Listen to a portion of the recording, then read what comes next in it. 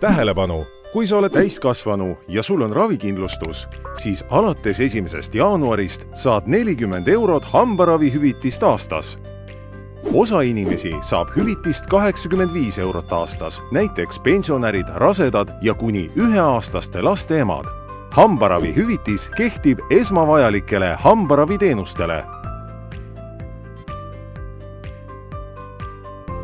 Ühel hambaarsti külastusel katab 40-eurone hüvitis kuni pool sinu raviarvest. Ülejäänud osa jääb sinu kanda. Näiteks, kui sinu hambaraviarve hüvitavate teenuste eest on 80 eurot, maksad sina sellest 40 eurot. Kõigi nende teenuste eest, mis ei kuulu hüvitavate teenuste nimekirja, tuleb tasuda täishinda. Hüvitise summa arvestatakse sinu raviarvest kohe maha. Sa ei pea esitama ühtegi taotlust ega dokumenti. Hüvitist saad kasutada Haigekassaga lepingu sõlminud hambaarstide juures. Leiad nad Haigekassa kaardirakenduselt.